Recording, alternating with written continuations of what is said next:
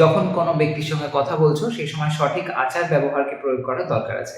তার জন্য বিশেষ কিছু শব্দ, যেমন হয়তো ছোট্ট একটা প্লিজ বা হতে পারে একটা ক্যান বা একটা কুড, কোথাও হয়তো মে, এগুলোর যে আলাদা আলাদা ভূমিকা থাকে সেই অনুযায়ী ব্যবহার করার দরকার আছে। সেটাই বোঝানোর জন্য আজকে আমি এমন কিছু দৈনন্দিন জীবনে ইউজফুল লাইন্স নিয়ে আসলাম যেগুলো এটিকেটসের সঙ্গে বা আমাদের এই সমস্ত কথাবার্তার যে আচার ব্যবহার, সঠিক ওয়েতে কথা বলার পদ্ধতিটা, সেটার সাথে জড়িত আছে। তো এমন কিছু লাইন্স আজকে দেখে নাও যার মাধ্যমে ইংলিশে কথা বললে আমাদের ইংলিশটা অনেক সুন্দরভাবে প্রেজেন্ট হবে। তো আজকে প্রথম যে লাইনটা সেটা লক্ষ্য করো, এই অসুবিধার জন্য আমি দুঃখিত। তো সেই সেন্সে লাইনটা কিভাবে বলবে? তখন বলো I am sorry for the inconvenience. এই শব্দটাকে খেয়াল রাখো, ইনকনভিনিয়েন্স মানে অসুবিধার কথা বলা হচ্ছে। নেক্সট ওয়ানটা দেখো, আপনি কি দরজা ধরতে আপত্তি করবেন? মানে হয়তো তুমি কাউকে বলছো দরজাটাকে একটু ধরে রাখুন, আমি ভিতরে যাব বা কোনো একটা জিনিস নিয়ে আসছি তার জন্য। তখন সেক্ষেত্রে সরাসরি বলো না, সেক্ষেত্রে এরকম ভাবে বলো ইংলিশে, would you mind holding the door? Would you mind holding the door. এই যে কথাটা যেভাবে বলা হচ্ছে, দেখো উডের ব্যবহার করা হয়েছে। উড খুব সুন্দর একটা শব্দ, এর মাধ্যমে আমরা এই জাতীয় সেন্স, যেখানে একটা রিকোয়েস্টের অর্থ বোঝাতে চাইছি, একটা প্রপার ওয়েতে পোলাইটনেসের সঙ্গে কথা বলছি, সেক্ষেত্রে উড খুব হেল্পফুল হয়। তো এরকম ভাবে অবশ্যই লাইনটাকে বলার চেষ্টা করো। নেক্সট ওয়ান দেখো, দয়া করে একটু আস্তে কথা বলবেন। ইংলিশে তখন বলো কুড ইউ প্লিজ। এই কুড ইউ প্লিজ এই ফ্রেজটাকে খেয়াল রাখবে। কুড ইউ প্লিজ, যখন কারোর কাছে কোনো কিছু অনুরোধ করছো তখন কুড ইউ প্লিজ এরকম ভাবে বলো। তো could you please lower your voice. Could you please lower your voice মানে খুব জোরে বলছেন, একটু আস্তে বলুন। তুমি কুড ইউ প্লিজ বলে অনেক সেন্টেন্স এরকম ভাবে বলতে পারো। Could you please give me that book, মানে তুমি রিকোয়েস্ট করছো, সরাসরি বলছো না যে গিভ মি দ্যাট বুক, তুমি কুড ইউ প্লিজ অ্যাড করে দিচ্ছ। এরকম ভাবে অনেক লাইন, যেখানে কারোর কাছ থেকে কোনো ফেভার চাইছো তখন কুড ইউ প্লিজ ব্যবহার করে ফেভারটা চাও। নেক্সট ওয়ানটা দেখো, আমি কি আপনার সাথে যোগ দিতে পারি? কারোর কাছে জিজ্ঞাসা করছো, তো তখন সেক্ষেত্রে এই যে তার সাথে তুমি যোগ দিতে পারো কিনা এই সেন্সটা বোঝানোর জন্য মে শব্দের ব্যবহারটা করা যায়। তো সেক্ষেত্রে মে আই জয়েন ইউ, অনুমতি চাইছো, মে আই জয়েন ইউ। কখনো বলবে না ক্যান আই জয়েন ইউ। এটা এই ধরনের কথা যখন বলবে তার মানে এটা লাইক তার কাছে পারমিশন তো চাইছোই না, তোমার ইচ্ছা হয়েছে তুমি সেই জন্য বলছো, অনেক বেশি ফোর্স ব্যবহার হয়ে যাচ্ছে। তার থেকে বেটার ক্যান না বলে মে আই জয়েন ইউ, তুমি তাকে রেসপেক্ট করো, তার ডিসিশনকে রেসপেক্ট করো, সেই পয়েন্ট অফ ভিউ থেকে বলছো। তো এরকম ভাবে বলো। নেক্সট ওয়ানটা দেখো, আপনাকে দেখে খুব ভালো লাগলো। অনেকদিন পর কারোর সাথে দেখা হলো, তখন এরকম কথা আমরা বলি।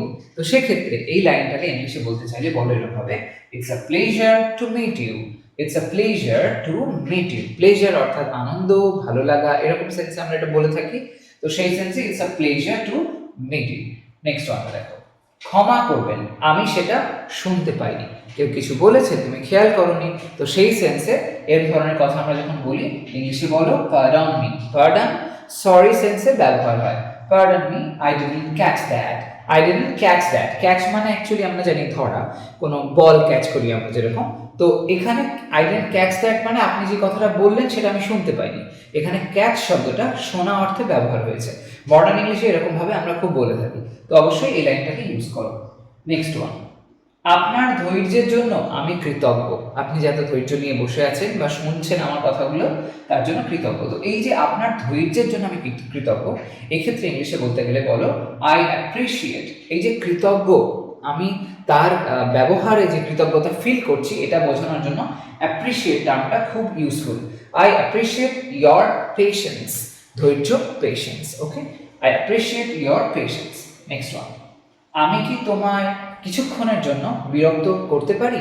তো সেক্ষেত্রে ইংলিশে বলো could I trouble you for a moment?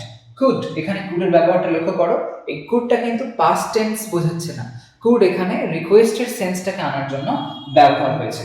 could খুব পাওয়ারফুল একটা শব্দ, যে মডেলটার মাধ্যমে আমরা রিকোয়েস্ট করাটাকে খুব সুন্দরভাবে বোঝাতে পারি। নেক্সট ওয়ান, আমাকে আপনাকে সাহায্য করতে দিন। আমি ইন্টারেস্টেড যে আমি আপনাকে সাহায্য করব, বাট আপনি আমাকে অ্যালাউ করবেন তবেই করব, এরকম সেন্সে। তখন বলো allow me to assist you. allow me to assist you, এখানে অ্যাসিস্ট মানে হেল্প করা, কারোর সঙ্গে সহযোগিতা করা, এরকম সেন্সে। নেক্সট ওয়ান, দুঃখিত আমি সহমত পোষণ করতে পারছি না। কারোর কোনো মতামতকে তুমি হয়তো পছন্দ করোনি, বাট সরাসরি সেটা না বলে তুমি এরকম ভাবে বললে, অনেক পোলাইটলি কথাটাকে তুমি বলছো। তো সেক্ষেত্রে ইংলিশে বলো I'm afraid I have to disagree. তো এখানে দুঃখিত অর্থে I'm afraid অর্থটাকে বোঝানো হচ্ছে, আমার কিছু করার নেই এরকম সেন্স বুঝিয়ে। নেক্সট ওয়ানটা দেখো, আমি যদি পরে আপনাকে ফোন করি তাতে কি সমস্যা হবে? আমি যদি পরে আপনাকে ফোন করি তাতে কি সমস্যা হবে? তখন বলো would it be okay if I called you later? would it be okay if I called you later? এখানে মনে হতে পারে if এর পরে এখানে I called you কেন হলো, call you হতে পারতো। বিষয়টা হচ্ছে এখানে যে ধরনের সেন্টেন্সের ফরম্যাটটা দেখছো এটা সেকেন্ড কন্ডিশনালের ফরম্যাটে হয়েছে, মানে কল্ড ঠিক পাস্টকে বোঝাচ্ছে না, বর্তমানের সিচুয়েশনকেই বলছে।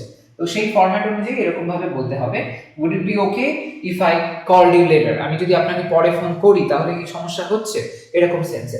would এখানে অবশ্যই রিকোয়েস্টের টোনটাকে বোঝাচ্ছে, বা তার কাছে একটা সে কি প্রেফার করে, কোন টাইমটা প্রেফার করে এটা জানতে চাইছো তুমি, সেই অর্থে এরকম ভাবে বলছো। নেক্সট ওয়ানটা, আমার ক্ষমা প্রার্থনা গ্রহণ করুন। আমি আপনার কাছে ক্ষমা চাইছি, সেটা আপনি অ্যাকসেপ্ট করুন। সেই সেন্সে please accept my apologies, please accept my apologies. Next one, আপনার সমর্থনের জন্য আমি কৃতজ্ঞ। আপনি যে আমায় সমর্থন করলেন এটা আমার কাছে অনেক বড় ব্যাপার, তো সেটা বুঝিয়ে লাইনটাকে এরকম ভাবে বলো I am grateful for your support, I am grateful for your support.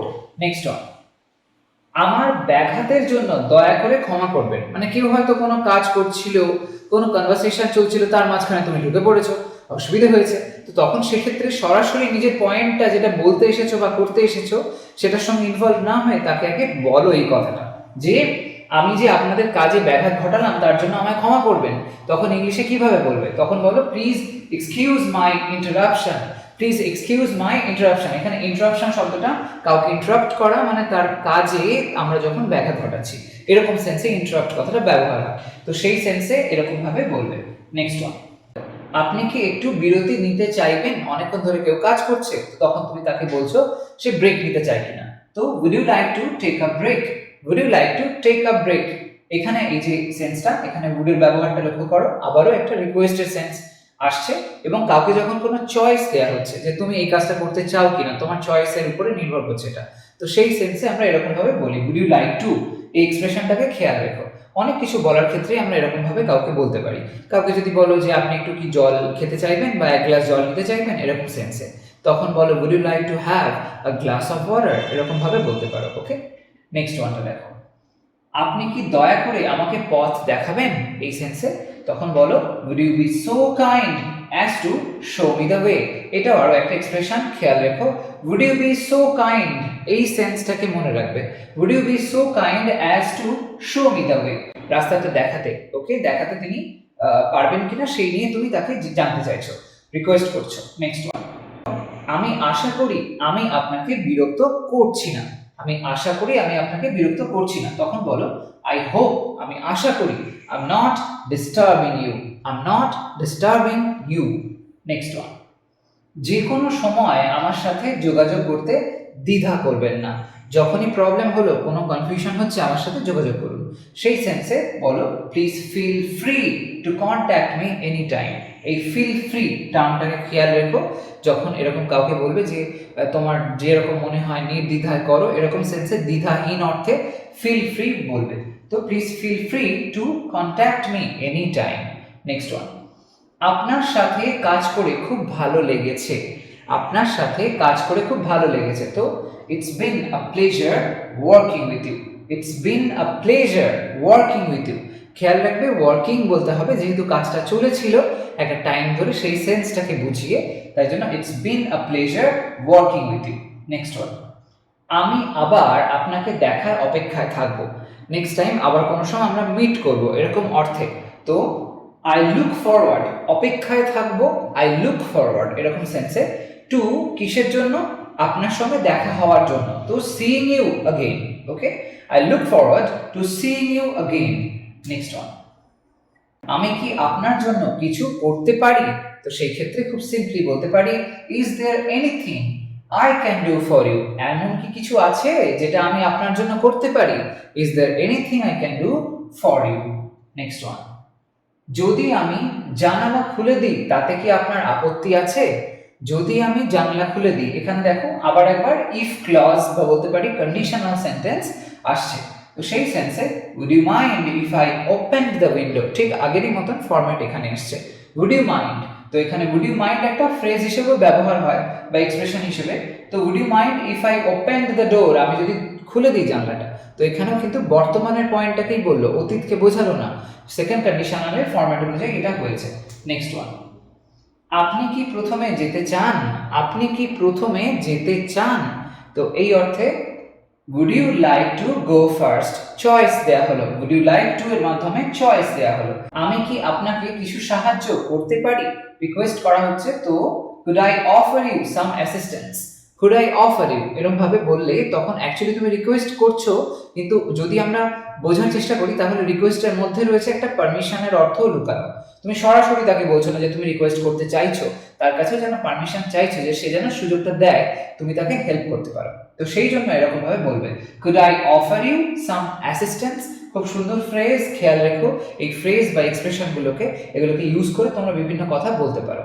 যাই হোক, নেক্সট ওয়ানটা দেখো, আপনার উপস্থিতি আমাকে সম্মানিত করেছে, আপনি যে আজকে এসেছেন তার জন্য আমি খুবই ধন্য হয়েছি। ইংলিশে বলো I am honoured by your presence, I am honoured by your presence. দেখতে পেলে আজকে বেশ কিছু লাইনস আমি তোমাদের সামনে প্রেজেন্ট করলাম, যেগুলোর মাধ্যমে তোমরা পোলাইটনেস বা হাম্বল বিহেভিয়ারকে শো করতে পারো। অবশ্যই এই লাইনগুলোর ব্যবহার করবে, তাহলে তোমাদের ইংলিশটা আরো সুন্দরভাবে সবার সামনে প্রেজেন্ট হবে। তো আজ তবে এটুকুই থাকছে। কোনো নির্দিষ্ট বিষয়ের উপরে ভিডিও প্রয়োজন হলে কমেন্ট সেকশনে আমাকে জানাতে ভুলো না। সবাই ভালো থাকো, সুস্থ থাকো, বাই।